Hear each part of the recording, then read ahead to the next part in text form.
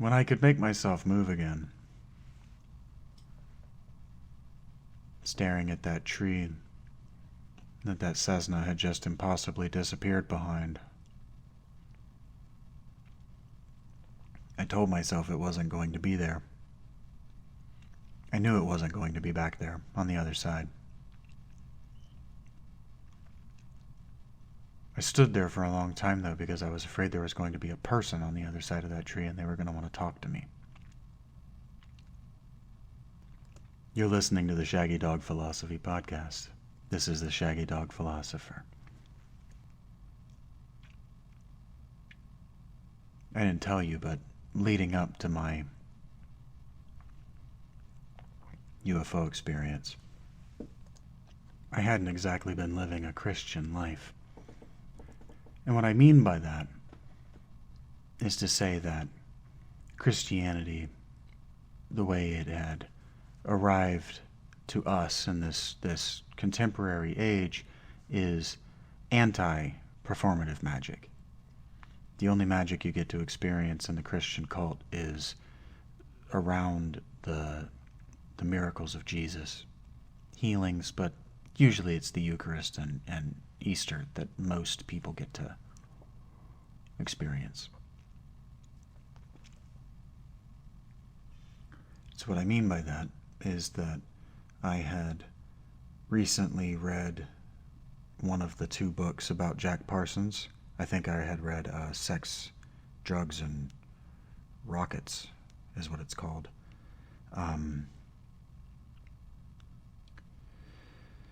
And I had read some Aleister Crowley, and I had invited, after reading,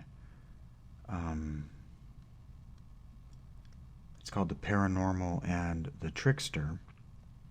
I took that book, Henson, I believe, is the last name of the author. I can see the cover in my mind, but of course, like a dream, I can't see any of the words except for the Henson in red at the bottom. But anyway, I had taken a parapsychology course in college. And as I've told you, I'd done a ton of meditation leading up to this point. I think this was by year 30. Maybe I was 28.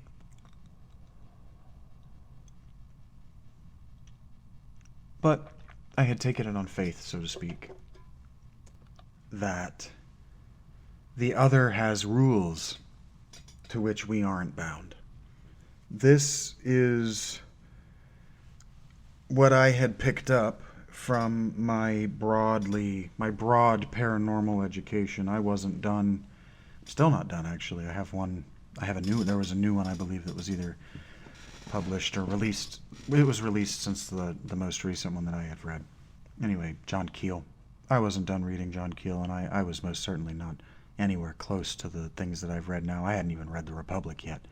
But hell, I hadn't even read Iliad yet. But I'd taken it on faith that the other, these extra human intelligences, if you like, still intelligence remains a taboo word, I know. But if you like to think of them that way, that they had rules to which we're not bound, and that even if I don't necessarily understand the rules, and having had conversations with a demon that called itself Asmodeus as a child, I was a child, I was 17. I felt pretty confident that they had rules.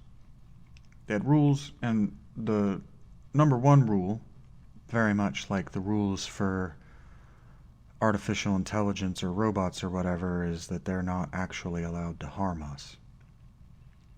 And now and I hadn't yet, but if you've heard the Bell Witch story, I keep reaching back to that story, or sideways to that story, which means I'm going to invite her into my life if she's real. But if you are aware of that story, it takes her a long time to kill the patriarch of that family. and she isn't able to do it. What she does is she manipulates reality in a way that he didn't check his medicine twice before he cut it down his throat. He didn't measure it twice. He didn't double check what the label was. And so what that means is that they have rules, but they also play by a different set than we play by. And so they're able, in the way I opened the door and then didn't enter it, the New Agers say that we are able to manipulate reality if we occupy the fourth or fifth dimensions, whichever era of the school you tune into. Because whether you know this or not, we understand now that time is a dimension. That space is the three dimensions of length, width, and depth, and time is a fourth dimension. It's a fourth measurement. And so depending on which school you listen to, they believe that if you're able to get your pilot up into the fifth or fourth dimension, the imaginative, the imaginary, if you like, realm, the realm from which the light of Plato's things or ideals shines, but they lack Plato, and I lacked Plato in this time of my life, that you can think material change. So it's kind of an alchemy of thought where like you can think lead into gold. And so the evidence suggests that the other can do that.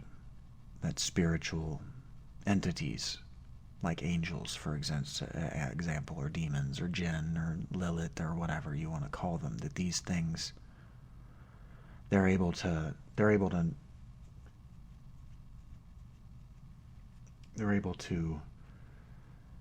in our earlier metaphor, they're able to put fallen trees in your path without there ever having been a tree falling. And so what that means is they're able to change the contents of a bottle that you haven't checked because you haven't done the work of making sure that it's correct, the correct bottle, and that the bottle hasn't in fact changed. And we've talked about how that's kind of what having an active and a mindful life is it's taking into account any potential change in the environment and examining the environment clearly and thoughtfully before you engage in it.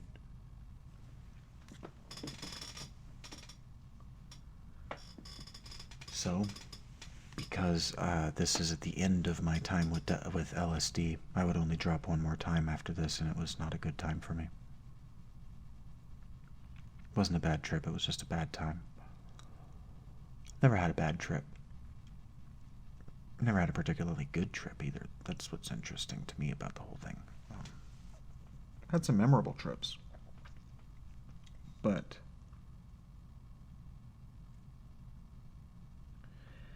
I took it on faith that the goddess, because by this time I had established a relationship with her that was proving an efficacy.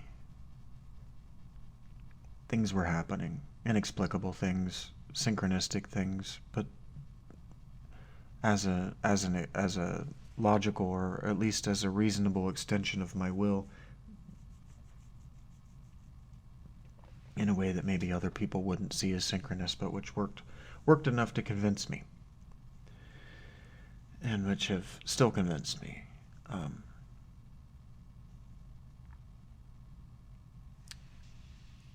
And she had made her presence known in the flesh at least twice to this point.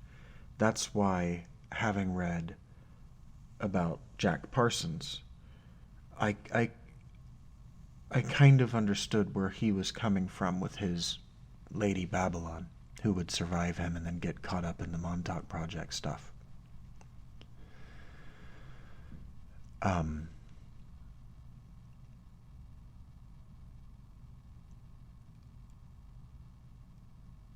similar things happened to me.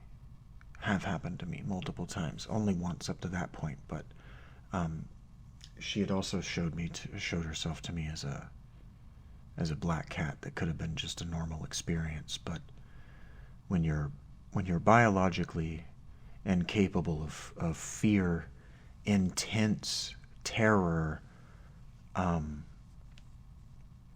is something that you feel, you just can't really comprehend.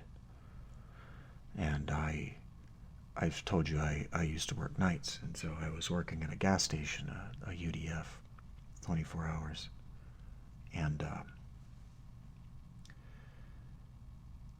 normal. I've told you around this time I was learning about I had been learning about and had been diving into ultra normal weirdness, and a lot of it horrific. Maybe not violent, but terrifying. And man, every night at 3 o'clock, every night I stepped outside to have a cigarette. Every night at 3 o'clock. You know, I'm stupid. I like to tempt fate. And at that time, this is what I'm trying to articulate to you, is at that time, my life was getting boring, and so I needed something to happen, right? And this is what I'm telling you, that I don't know if it's the right choice to empathize with cultists, but I see a lot of my own life choices in their life choices, or at least I see a lot of my life choices in what were to them incidental choices, but what were to me willful. So I used to step outside every night at 3 a.m. and stand out by the dumpsters out behind the gas station and have a cigarette like everybody's fucking allowed to do. And never nights. There one night out of the 2 years I did this, I had a strange experience. Never ever felt any sense of the uncanny, never felt watched, never felt afraid at all. First of all, the cops were just a few blocks down the road from the store anyway, and they were in there all the time. So I wasn't exactly worried about getting mugged. It's also a small town. I wasn't afraid of anybody bothering some gas station attendant in small town suburb Columbus, Ohio, right? It was well lit outside. We were at the end of a little strip mall, and everybody from the strip mall was gone. The restaurant was long closed. I stepped outside, and I don't remember it being a full moon, but I remember it being a full moon, like that kind of feel. It was bright outside, and it wasn't just the streetlights. It was just a bright Ohio winter night. Cold, but not that ugly cold. Still, the air just still and shimmery with the cold, but not frozen. I put my jacket on, and I walk around the building, and I've just got this fear. I'm afraid, and I'm like, what am I afraid of? I do this every night. I've done this every night for months. And I round that corner, and there is this loud ass bang in the dumpster at the restaurant, and I'm like, whatever, it's just a cat. And it was just a cat come flying out of that dumpster. But that fucking cat turned and looked at me and sat down and watched me for that whole cigarette. It just sat there. And now I'm not that guy that's going to be like trying to throw something or even interact with the cat. I tried my fucking best to ignore that cat. But man, I tell you, that cat was not a cat. That was not a cat. That's what I saw, a cat, but man, it felt fucking weird. And that cat was never back. That was an ample source of food at an unmolested time of night, and that cat was never there before and never there after, and man, it scared the shit out of me. That was the shortest cigarette I'd ever taken there. Usually you get 2 or 3 and whatever, nobody's coming. It's 3 o'clock in the fucking morning. I'll hear them anyway in the car, and they won't get mad. It's a small town, who gives a fuck, right? That's how you think about this stuff at the time, and man, that is not how I felt then. It was get inside, get in the office. Oh my God. Why is my heart racing like this? Holy shit, get the fuck away from here. And then it was fine the next night, no problems. And so what I'm getting to tell you, what I'm getting toward telling you is that I had dabbled in the uncanny already. Even before my UFO experience, that I promise I will finish that story in Shaggy Dog style, though it's going to take me another episode or four. I hope that's a joke.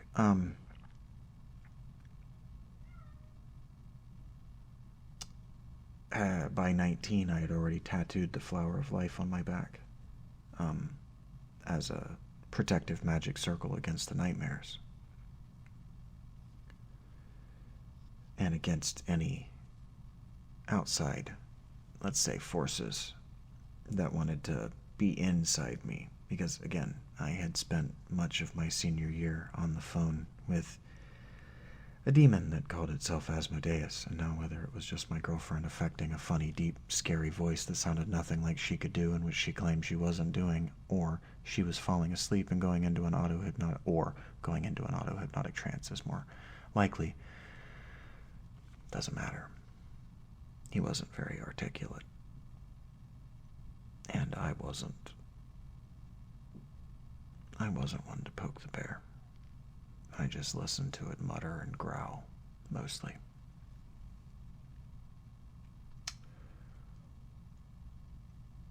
But it said things that I choose not to remember, and that I'm not going to repeat here because they were either the auto-hypnotic ravings of a girlfriend that I've lost contact with, or they were what I thought they were, and what I believe they were, and I choose to believe what I believe. So, I'd already seen it, I'd already experienced it.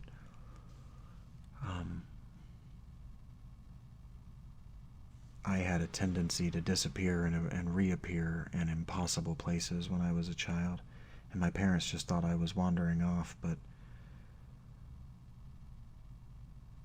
maybe I was. For me, there were time lapses, and so that means I was in an auto-hypnotic state. Which makes sense.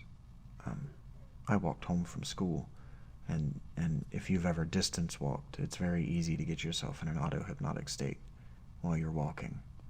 That's why when I hear these stories like old man in a end-of-life frame of mind up on a mountain has a trance or has a visionary experience, it's like, well, if he's not a habitual walker, if he's not a habitual hiker, and nowhere in his biography had I heard that he was a habitual hiker, it's very easy to get yourself into an auto-hypnotic trance and know what you're doing when you're not accustomed to distance walking. Between first and 8th grades, I used to go on long walks, hour, 2, 3 hours.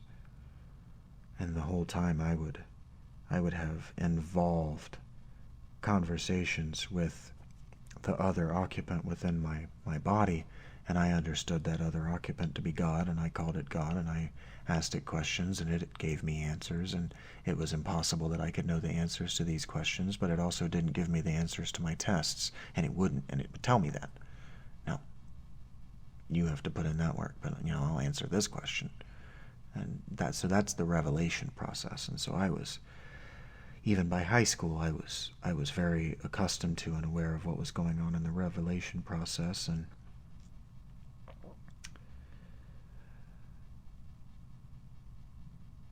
when I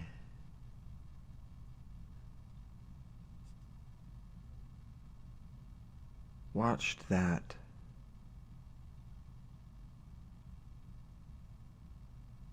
airplane, that Cessna personal craft, disappear behind that little tree,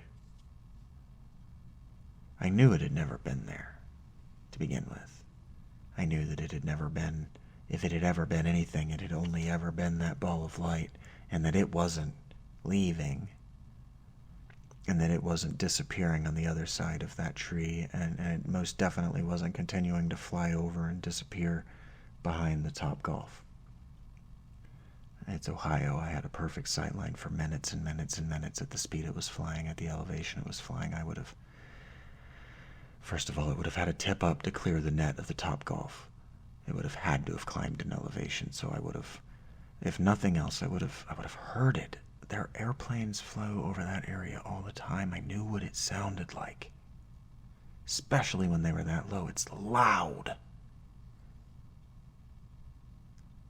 Now that's 747s, but damn it, I don't believe a Cessna's that much smaller. It is, but I don't believe it's that much smaller that it would have been totally silent and disappeared behind the Top Golf. But I thought there might be someone on the other side. And what I wondered is whether they would look human or whether they would pull from my mind an image that I thought was more appealing, like an elf or maybe a Nordic alien or maybe a gray or maybe something even more exotic and friendly to me. But I also knew that wouldn't happen. I knew specifically that nothing would happen. And the reason I was confident that nothing would happen, that I knew that nothing would happen, that I thought that it might, but I knew it wouldn't, wasn't because nothing had happened. Oh, I very much understood that if I'm in anything right now, I'm in an auto-hypnotic trance, and that this is either inside time or it's outside time in a way that I can't possibly comprehend from within it, because I had also spent about the calendar year before, maybe a calendar year and a half before this, diving into deep into one of the D&D Let's Plays. I think it's called Critical Hit, the one with the Latino D&D. I think he's Latino. I think he's Latin. He definitely speaks Spanish. I think his name is even Rodrigo. Who took them on what felt like a multi-year incursion into the Feywild that none of the players was into, so he kept having to drag their teeth to get them to engage with the narrative that he wanted. And the narrative that he wanted was a psychedelic mindfuck about a world that can appear to you in ways that are other than how you think the world should work.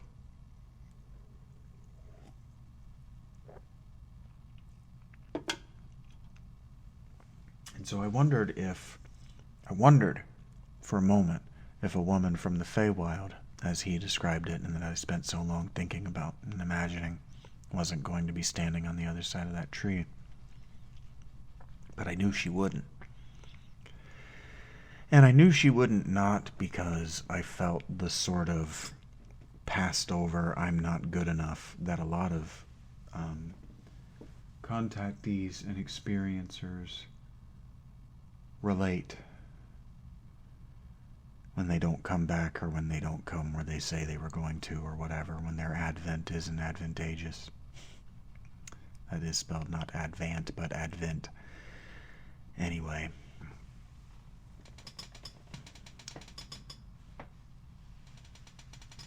I knew because I knew they had rules. And when I made my decision to cast my bet, let's say, or to step up to the table of Pascal's wager, I invited a trickster into my life, but on the very strict grounds that if it ever tried to scare me into believing that it was real, jumping around a corner, showing itself as some hideous thing, appearing in my nightmares and talking to me, I would end the relationship, and then it would be openly hostile to me, and I would be allowed to engage in righteous spiritual warfare against it and thus destroy it.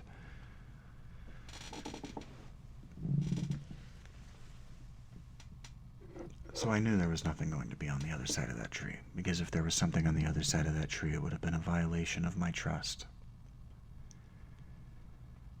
And if you go to church,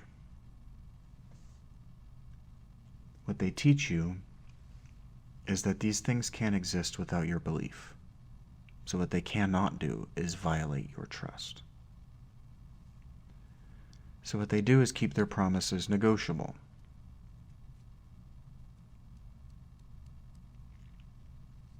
They don't actually make promises.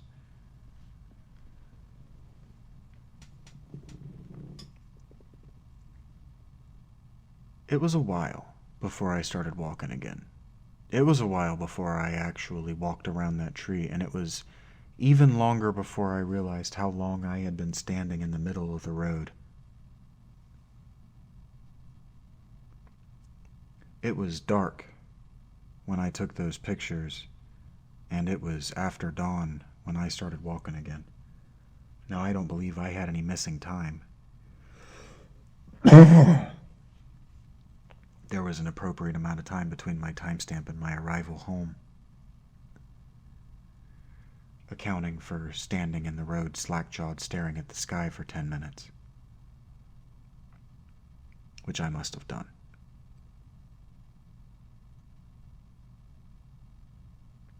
Which one wants to be embarrassed about, I think? But really, I'm still mystified by it, because my next thought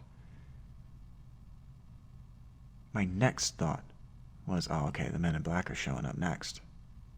Now I'm going to see them. I didn't. Thank God. Like, I wish you could see the ghost pimples. Thank God. Because the Men in Black that aren't the movie, those are what I see in my nightmares. Even before I knew if you want to say, the true mythology.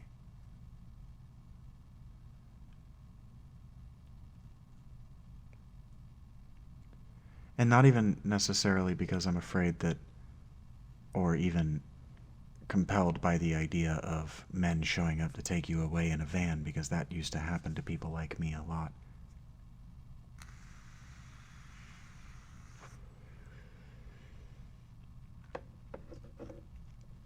It's about what I think the Men in Black might be.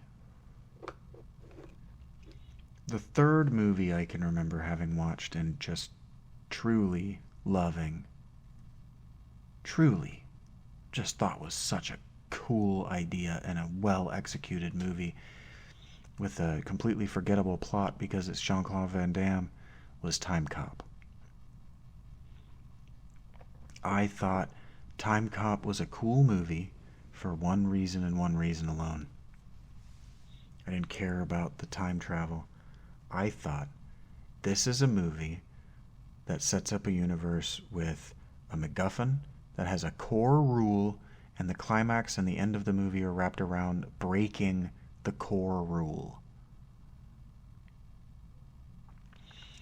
And so magic is a system. Magic is a game system. And if you understand being a magician as someone who sees themselves as a player on the game board,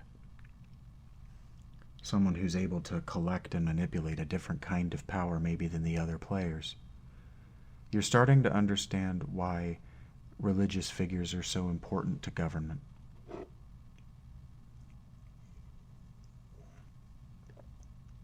Because even if we separate church and state, even if we take away the church's ability to decree how the government should behave, and even if we take away the state's ability to decree which religions are allowed to exist, they continue to have a symbiotic relationship.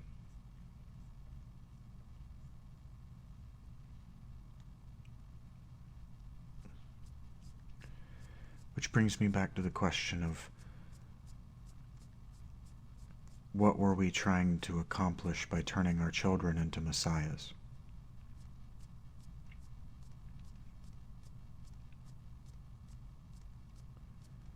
But when I invited that trickster into my life got weird. My life got weird that day. My life has been weird since. Now my trickster's not as active as he used to be. I call him a him. He feels like a male. He obviously doesn't have human features, but sometimes I am waiting for him to show himself to me as the bad guy, the whatever they're called from Death Note, the demon. I'm just waiting for him to show himself to me as that hanging from the fucking corner of my bedroom one night. Because then I will know I am insane. and then I can stop doing this. But that time is not going to come because there are rules, and I forbade it, and also because of why I was afraid of the men in black. It doesn't seem to me out of the realm of possibility that there are time cops, time police. It doesn't seem to me out of the realm of possibility that those entities that called themselves angels, Hermes, angels of, or not angels, but, angels of the Lord, messengers, guides, gods, that these different entities aren't humans. A lot of them claim to be humans. Now, a lot of them claim, and a lot of them feel like they've never been human. But especially the ones that are able to take human-looking bodies certainly do claim to be human, and a lot of them claim to be humans from the future. Now, the implications of them being able to manipulate time in such a way that they're able to go back and they're able to come back and go back. What I mean is to say come back to us and then return to their own time are staggering in what they mean about what we're able to achieve in the future. And also they're staggering about the implications of where we choose to put our energy in the future, which is what the final season of Loki is about.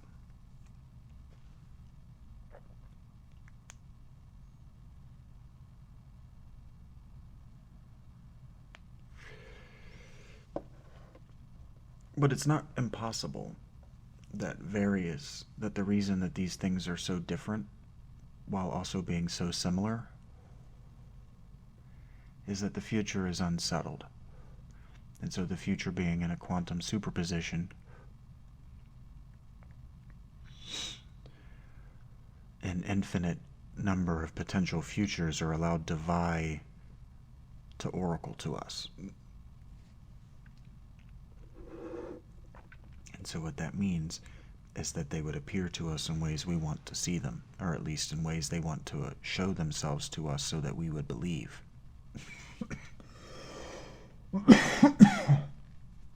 And so what that means is that if you want to talk about biblical people and why did biblical people have such obvious and such profound experiences, the answer is that they were less skeptical and asked less good questions.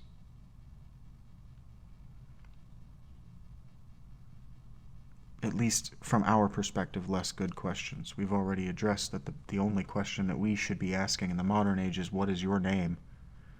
And that's the question that we don't ask. At least we don't appear to be asking in the correct way. We don't appear to be asking what the initial cap's name is, and I've only defined that by using it, and I'm not going to define it now. It doesn't seem impossible to me, especially knowing what I know, that the future could reach back. And it really doesn't seem impossible to me that rogue messiahs couldn't reach back. Now, I came to that thought before having heard the specifics of the Montauk Project, and if you're familiar with the specifics of those books, you know that that's actually what they claim for themselves by the third one, is that one of them had actually gone back in time and killed Jesus. Because what happens with these systems, and here I'm going to tell you, I've been promising, is that they have a visionary experience. And that visionary experience, because they haven't said it aloud to another person and what's happening is happening only and explicitly inside their own brains,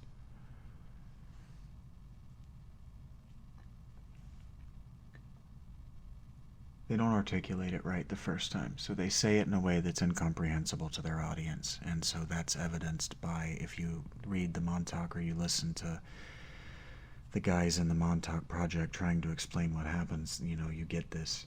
Especially if you go through Weird Reads, you get this quote about time points and the body being a reference point in time for the the pilot and the unknowable other to refer to, and it gets confusing, but what he's describing is the world of forms without the light. And so he's not wrong. And so if we're sticking to our original conceit in meditating on this and asking, well, why not? How not? We ask, well, how not? Why not could he be, why not is he wrong, or could he not be right? So why could he not be right, right? And then we ask, well, if he's not wrong, in what ways is he not wrong, right? And so we listen to him talk about time points and reference for the soul, because the soul is an atemporal being, and the passenger, so to speak, the pilot and the passenger are atemporal beings, and you need this time reference point in order to exist. I mean, this is right. This is true, actually. But what he's talking about is having woken up from non-linear dream time to linear or non-cyclical reality without the coping skills necessary, frankly. And so what you do is what they do, because they don't have the coping skills necessary to exist in reality as it is. They've existed in a partial reality of their lacking their creation, because they haven't actively listened or actively looked at the world around them. For the first time, the world around them shows itself to them. It's a profound visionary experience. And so they go and they try to explain the visionary experience and what they've cobbled together from their cultural and their frames of reference, which is why he's talking about the body and the point, and what that being a point in time. What he means is, and what he's trying to say is, that everything that happens to the body, to the pilot and the passenger in the body, is a frame of reference to understand being in the body.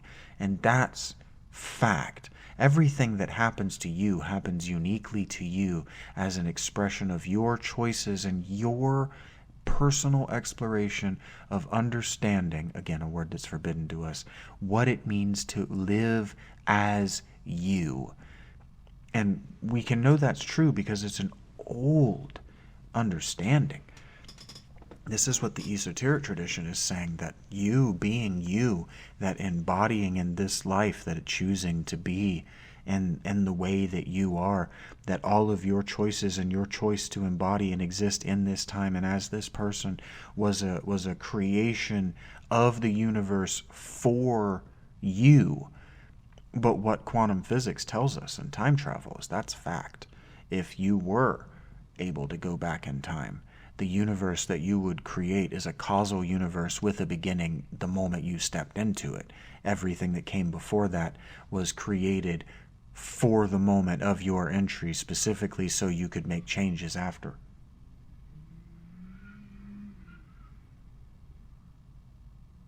I love it when the partly uncovered window has noises that are strange, but natural, with a natural explanation happening outside them while I'm talking about things that make me uncomfortable at 5 o'clock in the morning.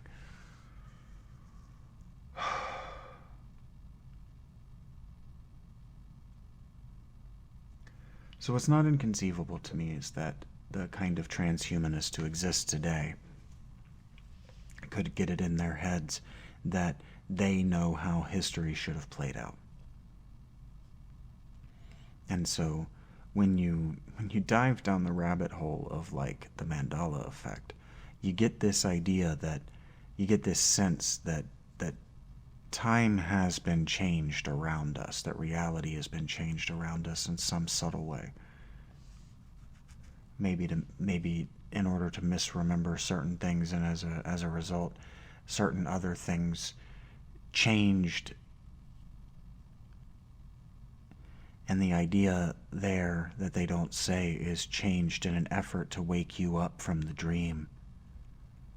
That no, and that's why the Mandela effect is so popular, is because the idea is that if you experience Mandela effect, you're noticing glitches, as they say, in the Matrix. And so what that means is that you're noticing that someone at some point in some time, somewhere in this reality materially changed this reality, that this reality spontaneously changed from one thing to another thing, and only I am aware of it, or only I and those like me are aware of it. And that's something like revelation. It's not, but it's like revelation. It's more like a synchronicity, and really what it's more like is a false memory. But just because I have false memories doesn't mean that someone didn't change them. That someone could be me, but it doesn't mean that someone didn't change them. Someone didn't misremember, right? And it is interesting when you dive into the Mandela effect how many people misremember the same thing, which is sort of like the 100 Monkeys thing, where it's a collective misremembering, which is an interesting thing to think about when we're talking about the Montauk Project again, because this is a group of people that had a collective misremembering of shared past lives and body hopping as teenagers in order for the timelines to make sense. And what that is how movie scripts are written, which is especially interesting when you're thinking about what they were really doing was writing the script for the sequel to the Philadelphia experiment, but they had worked themselves into an auto-hypnotic state where they believed that they hadn't watched the movie but had lived it, and the movie was autobiographical and written by them so they could get their story out in the other bodies before they hopped into these bodies. And these are the kind of leaps and logic that you have to make once you occupy this space, because strange things start happening to you. And once you lean into the, well, this is strange and thus it has to be this thing I've been prepared in my cultural references for, you become possessed by the thing. And that's why people act like demons when they think they're possessed. So whether I put it in my girlfriend's head that she was possessed or she did the thing to get my attention because I was interested in demons is irrelevant. You understand? There something happened, and it left me feeling some kind of way. And so I asked, why not? Why couldn't it be the thing that it said it was? And if it wasn't the thing it said it was, why couldn't it be something like that that's lying? Right? Why does it have to be her who's lying? Why can't it be her passenger who's lying? And one of the passenger is often related as the subconscious. And I wonder if that's not wrong, because Freud got so much else that was wrong, because Freud was only one person looking from one perspective.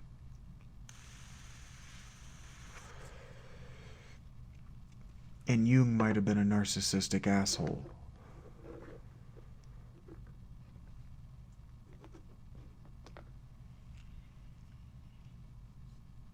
One of the things that happened shortly after my UFO experience is I was going through a breakup. And honestly, I can't remember whether this happened before or after in time. I want to say it happened after in time because it makes for a better narrative, but my instinct is that it happened before in time.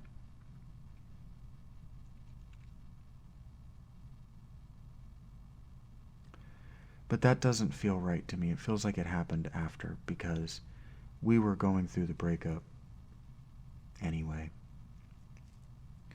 But I didn't tell her about this. I told her about the UFO. I didn't tell her about this. I had been pretty convinced for a while that there was a demon around her. Now, in modern psychological literature, that's called emotional trauma, and it's called a heightened emotional state, and it's called other things of that sort. Rapid personality changes. But it was something else. I could feel a presence that wasn't her around her, even beyond the changes that happen in a person when you break up and they have to learn to hate you because you have learned to hate them.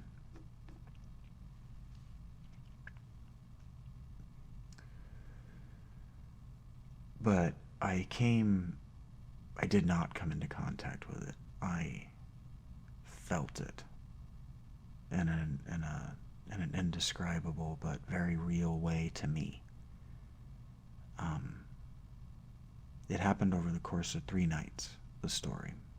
So I am an avid enjoyer of cannabis and had been, and really developed the avidness during this time. I sustained several pretty devastating injuries that I wasn't able to pursue medical care for. So, and I still had to work, and I was still walking to work.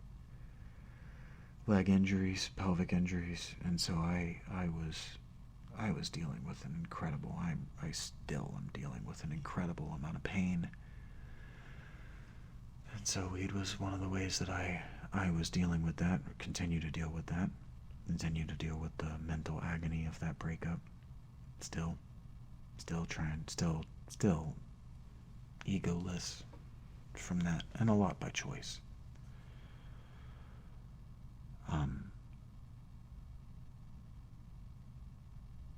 And so if I'm being honest with myself and with you, it was always a problem for her, but I had a tendency to, because I worked the kind of hours that I did, and I did the kind of labor that I did, I had a tendency to enjoy my bong and sit on the floor in the living room until I passed out at the foot of the couch.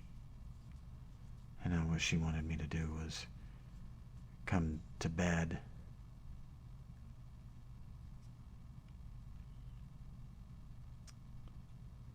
And I don't know what I wanted.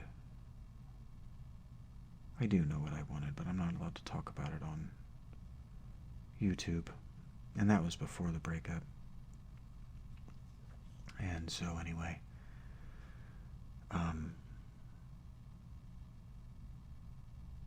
we were in separate rooms by this time, but she was in her own sort of goodness, or maybe not, maybe in a sort of not goodness.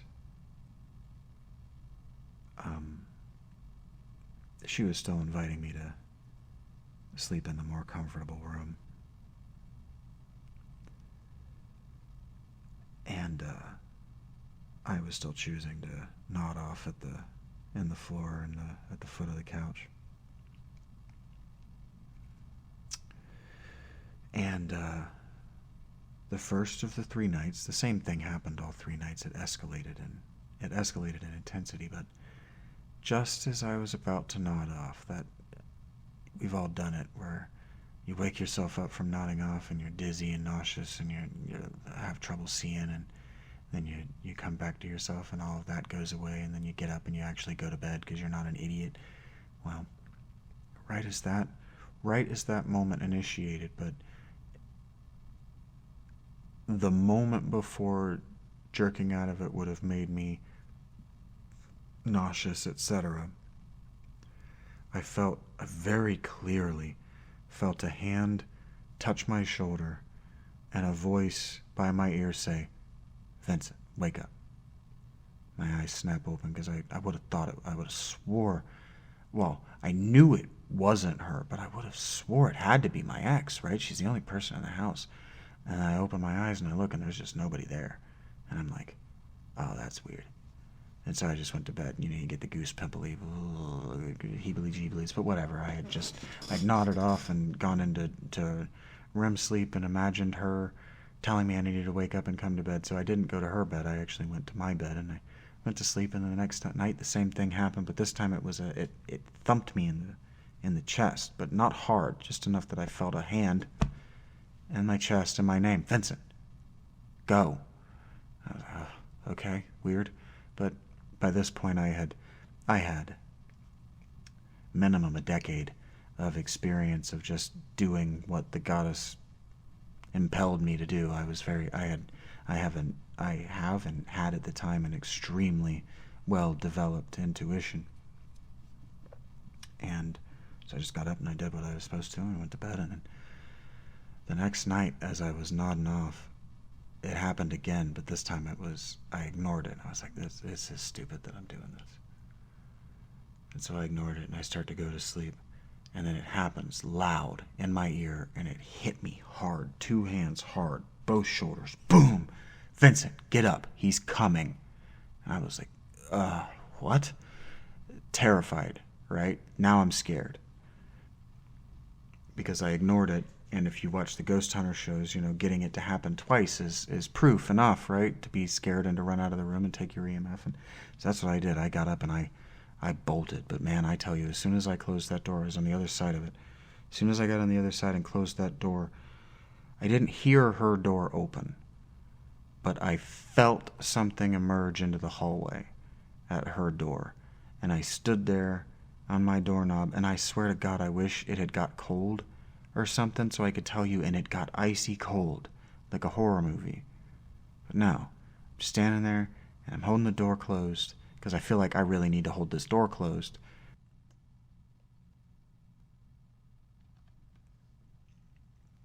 This has not been perfectly true. I have not been remaining consistent and categorizing my growth as I tell these stories. I'm, for the most part, trying not to go back to a lot of these places, but telling the story as I've rehearsed it from spooking out friends and acquaintances who are interested in the uncanny. But I didn't hold the doorknob. I stepped away from it because while I felt and recognized the fear, I didn't know really what fear was. I just knew that what I heard was fear in the voice that spoke to me. And so I knew that other people would be afraid. And so my impulse was to hold that door shut. But then I thought, if the door got cold, or more likely, if she had woken up and what I had heard was her moving around in the other room and goddamning me from the hallway, and that's what woke me up and that's what I heard, then if she came and went to open the door to my room, what she would find is me holding the doorknob like an insane person.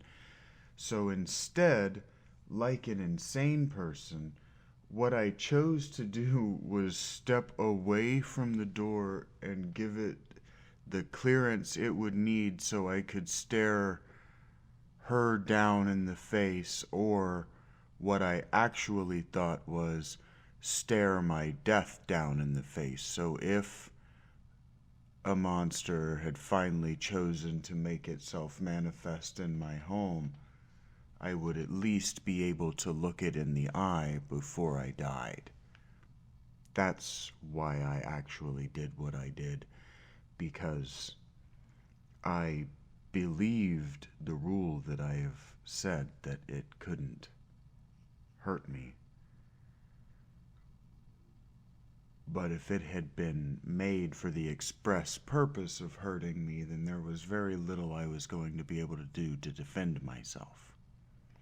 Because once you get into magic and you start breaking rules by summoning demons, well, all bets go off at that point. So, yeah, that was the choice I made. I wanted to be honest, and I wanted to better characterize myself and the fear. And I just feel something massive. Dimensionally, it would have had to have been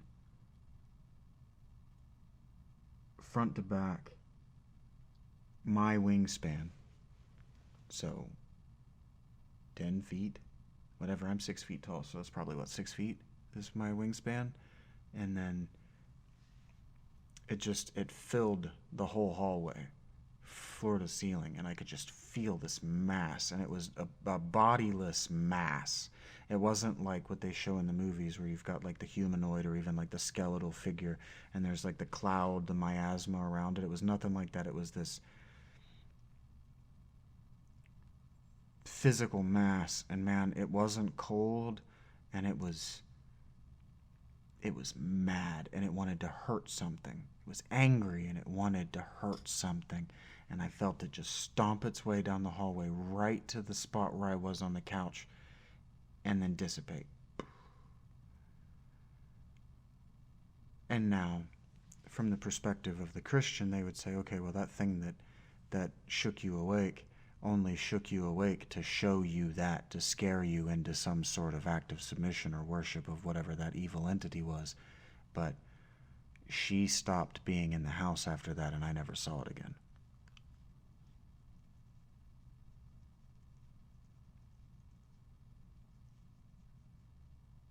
Yeah. Yeah, that was after the UFO. That had to have been after the UFO, because I wouldn't have told her the UFO story after that. It wouldn't have made sense to me.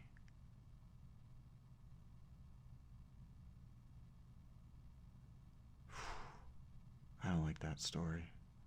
I don't like remembering that.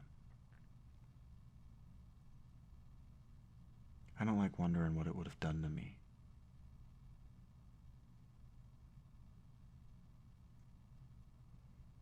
Because there are rules, and they're not allowed to touch us. They're not allowed to engage us without us engaging them first. So, the vampire mythology that became very popular around 2015, especially the movie Let the Right One In, the idea that you have to invite them. You do have to invite them in order for them to interact with you in any way, in order for them to speak to you or whatever. Constantine explained it in De Trinitate, but H.P. Lovecraft said it best, that the other side, the other only becomes aware of you if you make it aware of you.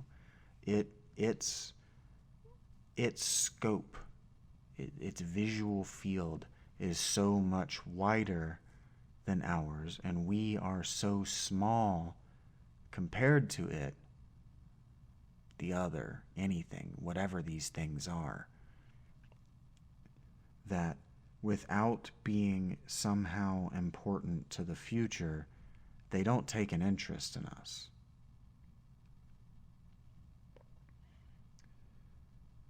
And so that begs a question. And if I'm being honest and I'm being self-critical, we have to ask the question, does that mean that I think that I'm important to history?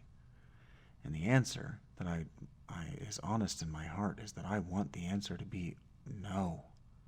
I have always wanted to be inconsequential. Honestly, I never thought I would make it to 30, and I was good with that at 29. I was good. I had written as much of my life story as I wanted, and I was good. And so I fully understand that the last 6 to 7 years, if you like, however you do the math, of my life have been okay, well, what next? And the second act, very much like Guy Ballard on Mount Shasta.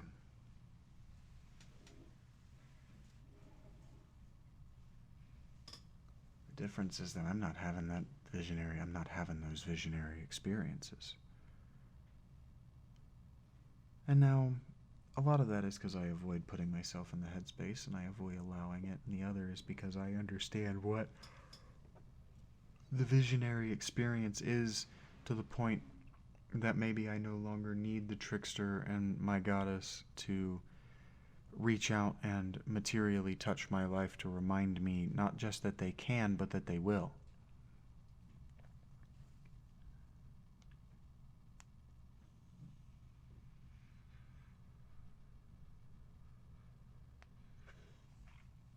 But it does leave me feeling very much like a cultist who's Saint-Germain or Gabriel haven't visited them in a while. It does leave me like a contactee in the extraterrestrial or the ultra-terrestrial sense, or like a wizard whose spirit guide is silent. It leaves me wondering how much of it was my own need to create another personality to objectively viewing myself with. And the answer is, if that's what I was doing, and if that's what all of these people are doing, it doesn't make us crazy.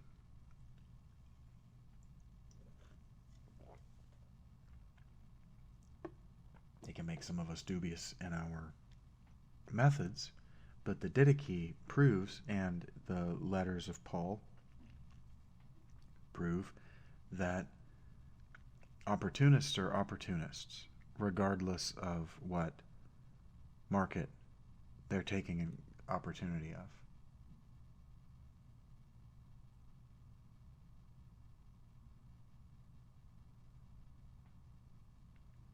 So people are going to set up shop and they're going to sell their crystals even if their crystals have never done anything. Someone's going to buy them. Because the magic works 1/3 of the time. It works 1/3 of the time, 1/3 of the time. You can say.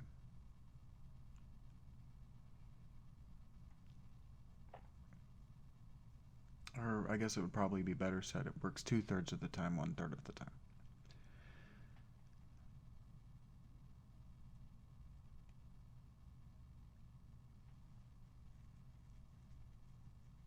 And so what? So where does that leave us in our search for intellect? And where does it leave us if what we want to know is whether we can genetically engineer children to become higher thinking, not just by habit, but by genetics? And I think the answer is no. Because all of the epigenetic, sociogenetic, all the epigenetic and socio-economic evolutions, socio-political evolutions that we've made as people have been done with the aid of writing, with the aid of technology. And it's been the technologies that have both driven the evolution, but also around which those evolutions, the expressions of the socio-political and epigenetic evolution have centered themselves. So if, as dystopian fiction often says, tomorrow we were to lose the internet, we would lose a lot more than just social media or Google or our ability to communicate where we can see one another's faces in real time. We would also lose the socio-political economic factors pressuring our evolution. Because our brains are reactionary systems, insofar as the frontal lobe is able to plan and think about the future.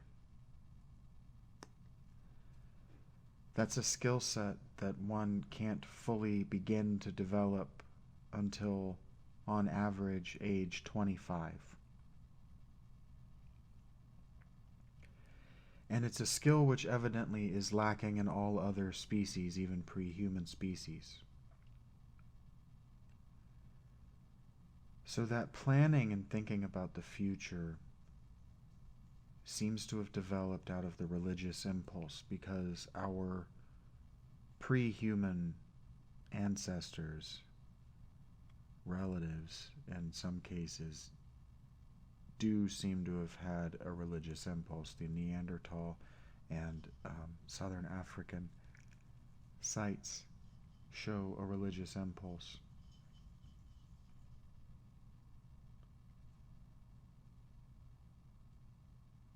What does that mean? I don't know. I don't know. But what we can understand with that is that our broad cultural atheism has been a trauma on us all. Now, atheists will tell you that religion is trauma, but what religion is fundamentally is an expression of shared trauma. Because birth is trauma. That's what the rebirth movement wanted you to know. Trauma is life.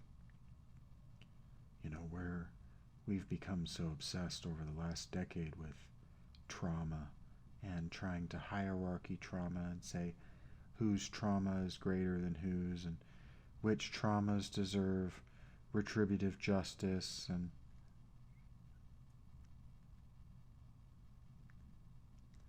the truth is, the fact of the matter is, the case is that civilizations used to organize themselves around shared trauma, and that social hierarchy was organized by shared trauma, and that the people who were traumatized were told to suck it up, buttercup,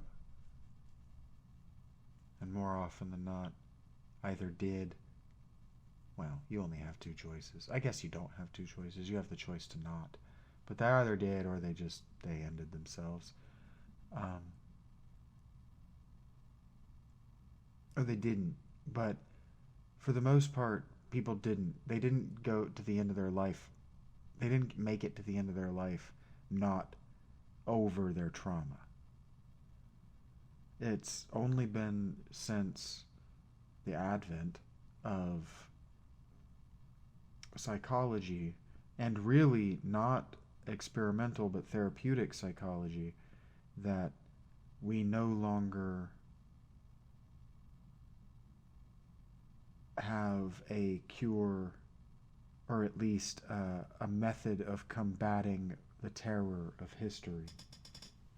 If you've been listening to me, you know that that's maybe my favorite definition of mystery, or the mystical experience, is that which combats the terror of history. And the terror of history is naturally the terror of the cycle of linear non-dream time, that things repeat themselves and we can know when they're going to repeat themselves, and quite specifically, but not exclusively, what that means is that we all in our lives, usually as children, come to the realization that we will die someday too. That's a trauma, the realization that we will die someday too. And you see it a lot in movies where little girl children can't quite get over it, right? And so you used to see a lot of young women in the romantic tradition obsessed with the realization and unable to develop as human beings beyond that revelation. Kind of their whole personality became wrapped up in them saying, I'm going to die someday. Yes, you are. Move on. Like, learn something else. Right? So you get Sylvia Plath, right?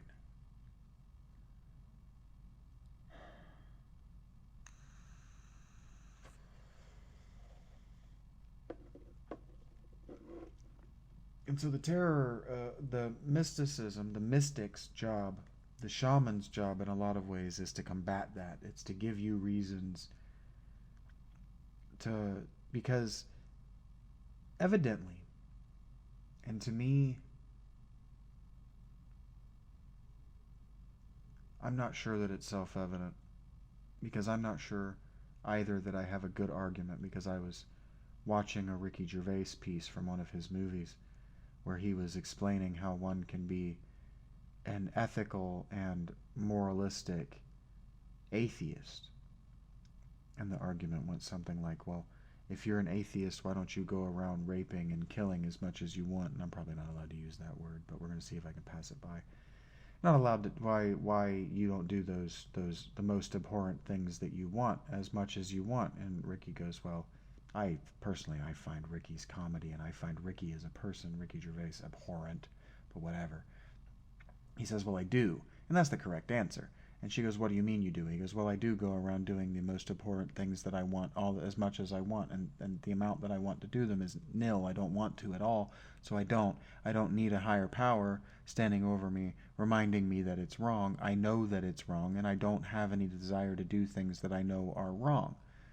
And so we're back to the discussion of good and evil.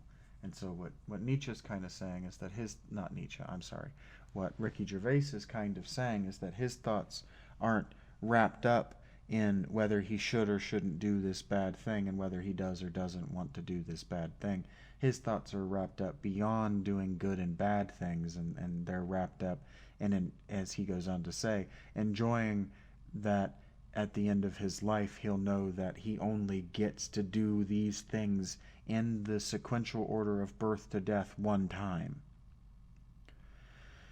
And now, it's interesting because the esoteric tradition has a different answer, and so does the Vedic, and so does the Buddhist, and so does probably other systems. They have a different answer for why you should be moralistic in an atheistic system. And the answer is because you're going to do it again, regardless of whether you want to or not. And the starting point from which you enter the next doing it again is dependent upon your exit point from this one. This is where our elaborate afterlife systems with, for instance, measuring your heart against your guilt and your life against a feather. A flower would be equally light and impossible to measure one's sins against. But the idea, and, Augustine couldn't have been the first to come up with it. Even the idea among the Egyptians that you're weighing your guilt against a feather is an impossible goal. Even before guilt-based religion, even before guilt-based, as the atheists say, social control, making mistakes that bear less consequential weight than a feather laid on a scale, that is to say, no observable, is to live a life where you make no choices.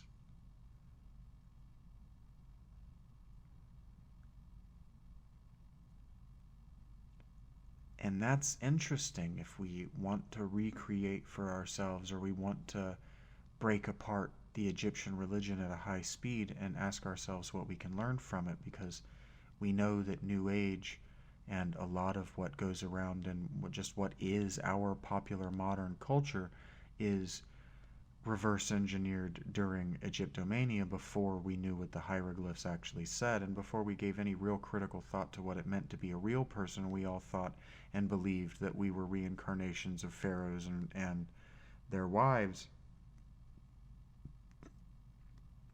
Or, if we were trying not to be too pretentious, a high priest.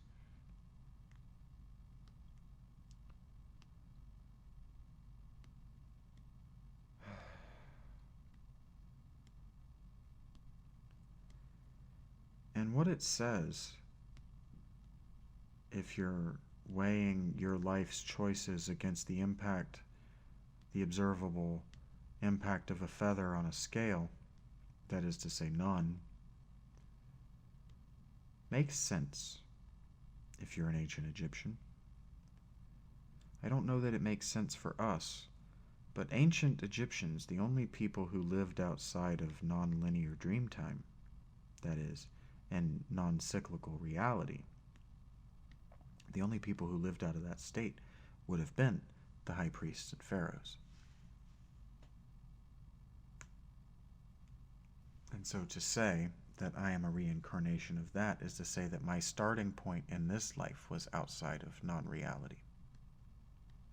That I began this life awake because I ended so many lives having attained wokeness.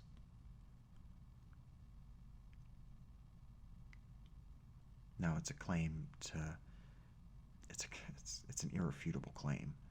It's a non-testable claim, so it can't be scientifically made. The only person who can know it is you and anyone who, like the Christian magical books or the one Stephen King book about the guy who wakes up from a coma. That's the only way you would be able to know, is if somebody was like a touch healer, and then it went out of control, like they had no actual control over it.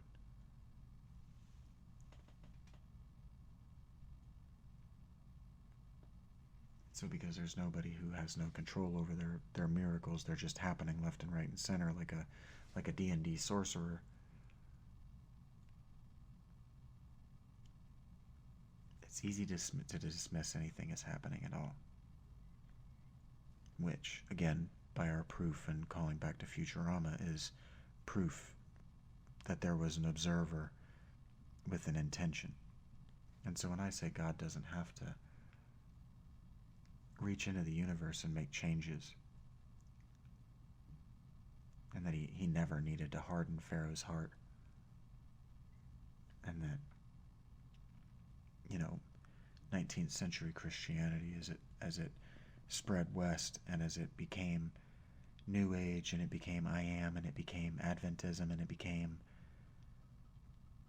the Christianity that we occupy today, or maybe that occupies much of us today. Many of us today?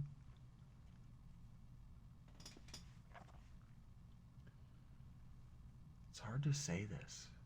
And every time I get here, it's gone. It's magical in nature. And it's oriented toward being awake. And the idea is that you get to make choices. And so what that is it's a rejection and a defiance of the antique notion of not making choices. Because ancient religion is about restraint. It's sort of about being Aladdin's genie after he's freed from the bottle. It's about having infinite power and only using it under great duress.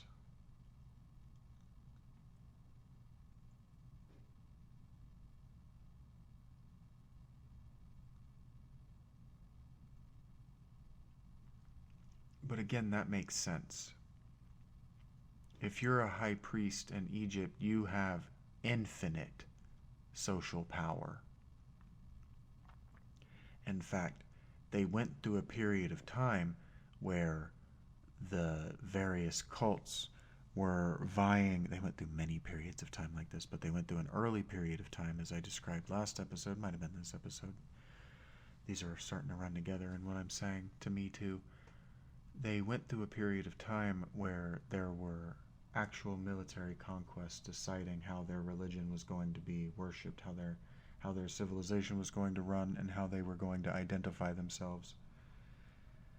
And that's how you can have gods like Amun-Ra, a hyphenated two-being system and one being. and how you can have people like Akhenaten change their name and try to create whole pharaoh-oriented cults. And then why, as a result, you got priest-run pharaoh-oriented cult. And this is how even Egypt was an evolution in style and method and intention. But it was all about restraint, because in the very earliest days, again, before the final stages of the priest-run pharaoh cult, you could have priests and pharaohs make capricious decisions for the religion in exactly the same way that King James made decisions with the Christian Bible, and therefore with the outcome of Christianity. And that is, in fact, one of the things that New Age and, let's say, new Christian cults and their leaders do. For instance, it's David, isn't it? David Coe of the, because isn't there a David Allen Coe who is a singer of some sort?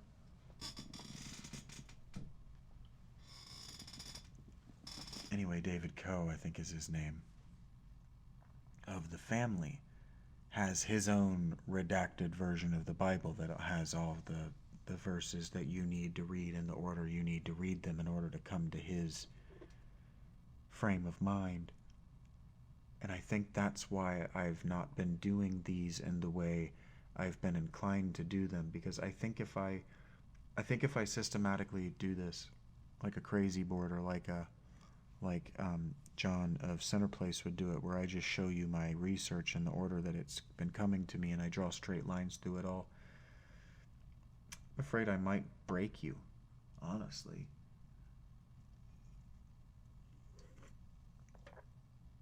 But more than that, I will be bringing you to my way of thought, and then you'll be able to express my way of thought in the order that I came to it. And that and the untrained and the unprepared and the unskeptical and the guided mind is brainwashing. And so what I don't want to do is I want you to empty your mind, but what I don't want to do is fill it. I don't want to fill the space. I just want to fill the time, and I want you to pick out what you fill it with.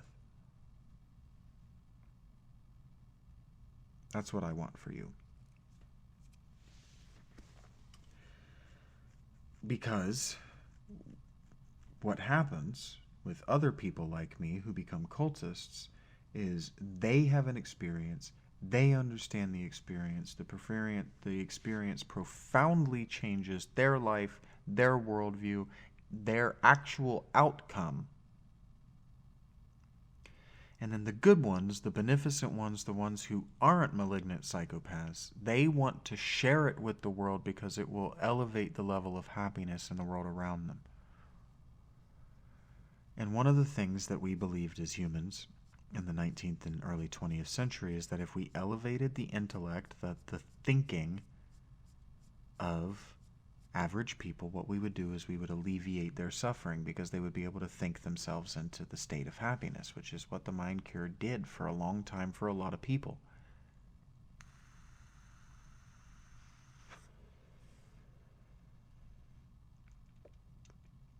And now I can actually hear my girlfriend making the joke right now. We were watching Time Team, which is I've talked about it in this space before, but it's a British reality show where they follow an archaeological team doing digs across the UK, and whether it's British or not, I don't know. It's from the UK,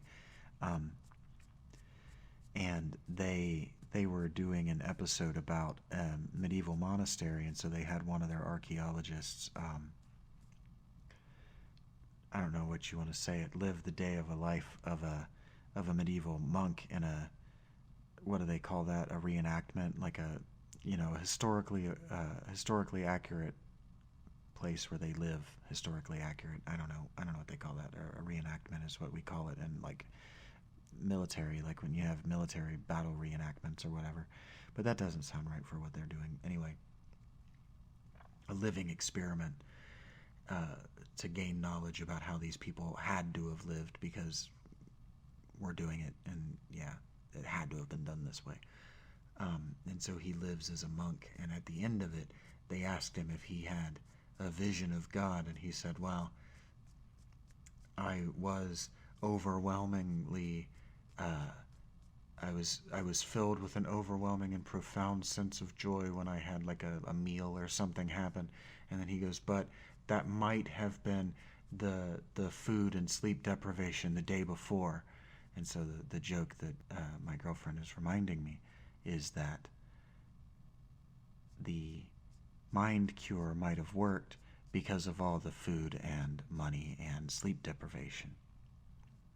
Because the mind is a wonderful thing, and we will convince ourselves of anything that we want to believe strongly enough. And if what we want to believe is that giving away our worldly possessions and allowing another human being to do our thinking for us will make us happy, we will throw ourselves at that with the zeal of a zealot. Because that's what zeal and zealotry are. Is throwing yourself blindly and unthinking and unconcerned for the consequences at something you have given absolutely no thought for. And as I'm wrapping this up, and as we approach the hour and a half, is where I usually like to give, I don't know what I usually like to give, but it's where I feel compelled to give a warning and a takeaway from everything I've been thinking about. And that's what I am worried about, is zeal, because zeal is what picks a movement up in the first place. So the zeal to see American blacks elevated below the lowest rungs of society is why Black Lives Matter was able to take off the way it did. Zeal is why the first 70 years of Christianity with no writing was able to produce the next 2,000 years of Christian writings. The zeal of the first generation of the first people to hear the message. And so I am concerned that what I'm not doing is building a zeal in you to go out and not just spread my word, but live in faith that these things that I'm telling you to think about in these ways that I'm suggesting you reorient your life are the best. Because if they're the best because they're tried and true. But if they're tried and true, that is because they're the most difficult. And so that also means they're the least rewarding. And so when I look at the past and the present, and I see people out in the world finding a huge annual material reward for telling people that the most difficult thing isn't as difficult as they think. Look how easy it is, actually. What I see is the same thing that I see if I track out Christian Science, for example. What I see is zeal hurting people in the long run. Because zeal is a fuel source that can only be tapped into for so long before it's gone, and it's gone forever. You have a finite amount of zeal. You have a finite amount of enthusiasm for God. You have a finite amount of enthusiasm for the truth. You have a finite amount of enthusiasm for justice. You have a finite amount of enthusiasm for enthusiasm. This is why so many old people who were enthusiastic and zealous as teenagers and young people, are cynical in their old age. It's actually that commercial. They made themselves hate themselves. They allowed themselves to hate the world, to blame the world, for their choices in a relativistic and deterministic kind of way.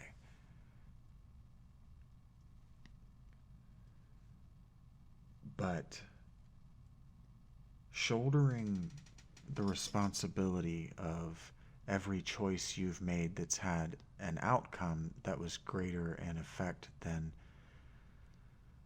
that of a feather laid upon a scale, which is to say, greater than none, isn't something for which you should be guilty. It's not something that you're going to be punished for in the afterlife. You know, even in the Egyptian system, no one wasn't eaten by Ma'at. Everyone was saved by a psychopomp. In every system, a psychopomp saves us. That's what Jesus is. He's the psychopomp who saves us from our tragic and terrible decisions.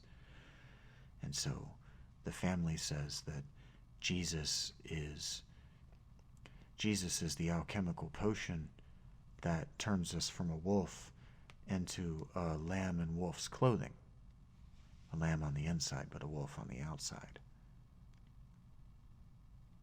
A super sheep, as Ken Davis said.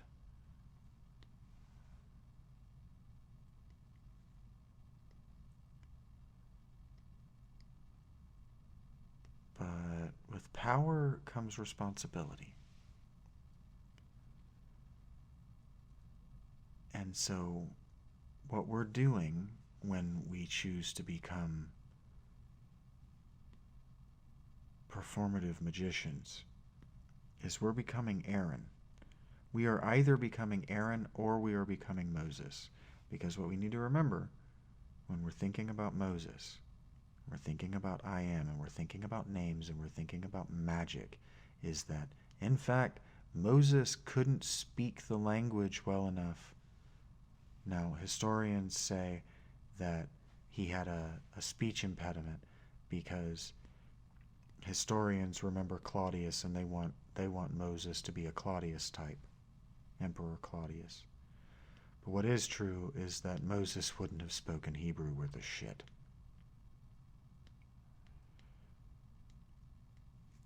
He would not have spoken temple Hebrew worth a damn, because he didn't grow up in it and he wasn't educated in it. But his brother Aaron would have. And so when Moses goes up and says, "Pharaoh, set my people free," and Pharaoh says, "Fuck off. I've got these two wizards who are more powerful than your God," and they go, snake staves. And then Moses goes, "Oh yeah, Aaron, say the magic word." And Aaron goes, "Yeah, the magic word." And then Moses goes, "Foomp, snake staff." It was Aaron who did the magic. It was Moses who looked cool for the movie. And so what we need to remember is that there are two people.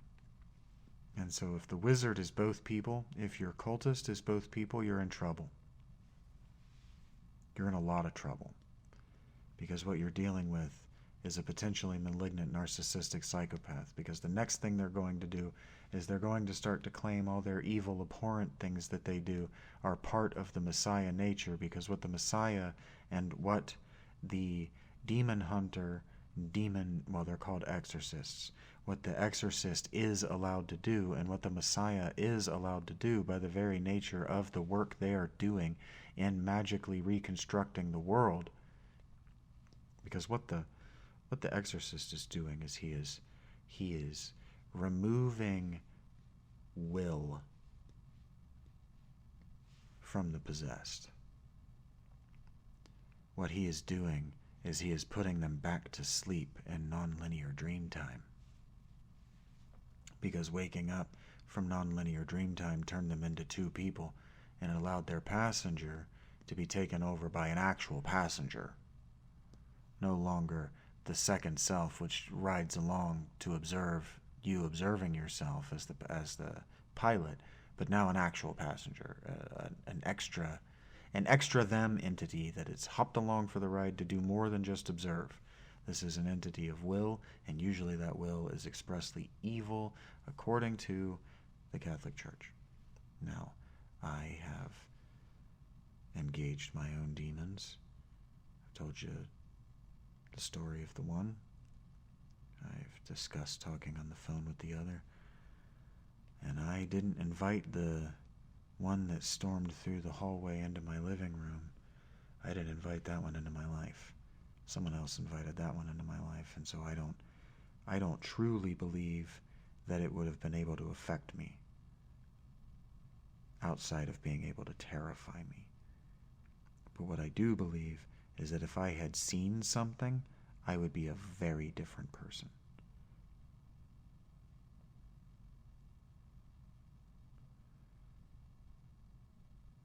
I don't know what kind of person. Probably I wouldn't be here today. Because there were a lot of months, there were a lot of weeks after that, between here and now, that I didn't think I was going to choose to stay alive anymore. And I have. Naturally, I've been grateful every time I've made that choice. I've been grateful to be given the opportunity to make the choice. And so, if you're going to take anything away from this, it's to remember to be grateful for your choices. Because your choices are responsibility. But responsibility is something that not every human used to have. It used to be your religious responsibility to give up your power. To give your power to a cultist, a priest, a pharaoh, a god king, a president. And let that representative figure act in your stead on what people like Miller and May Otis Blackburn understood to be heaven, the imaginary plane, the plane of the imagination. To let those people go up there and affect reality in a meaningful way. And so I'm not telling you not to join my cult. I'm telling you not to give me your power. Don't surrender to me your power. Don't surrender to anyone your power. You know, we talk a lot about slavery, and we talk a lot about bondage, and we talk about a lot about resisting the man. But your power is not in defiance. Your power is not in doing a bad job on purpose so the McDonald's that you work at will get a bad review because you don't like working at McDonald's.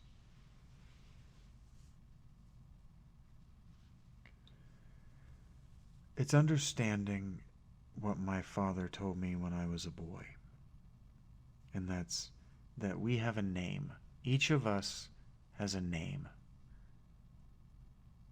And that name is a mystical thing that follows around with us, and we have no control over it. And what that means is that other people perceive us, and other people think about us in ways that we have no control over.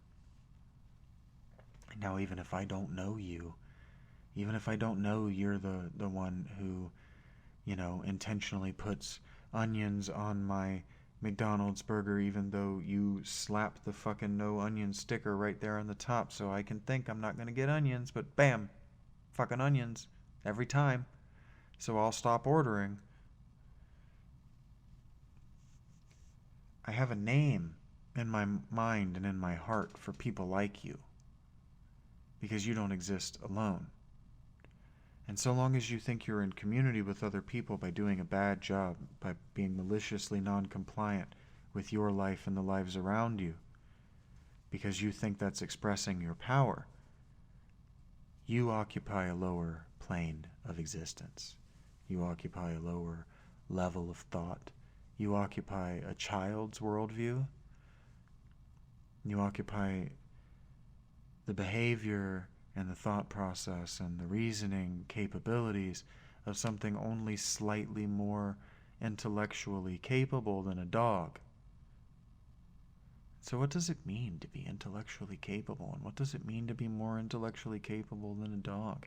And what does it mean to take pride in being more intellectually capable than other people?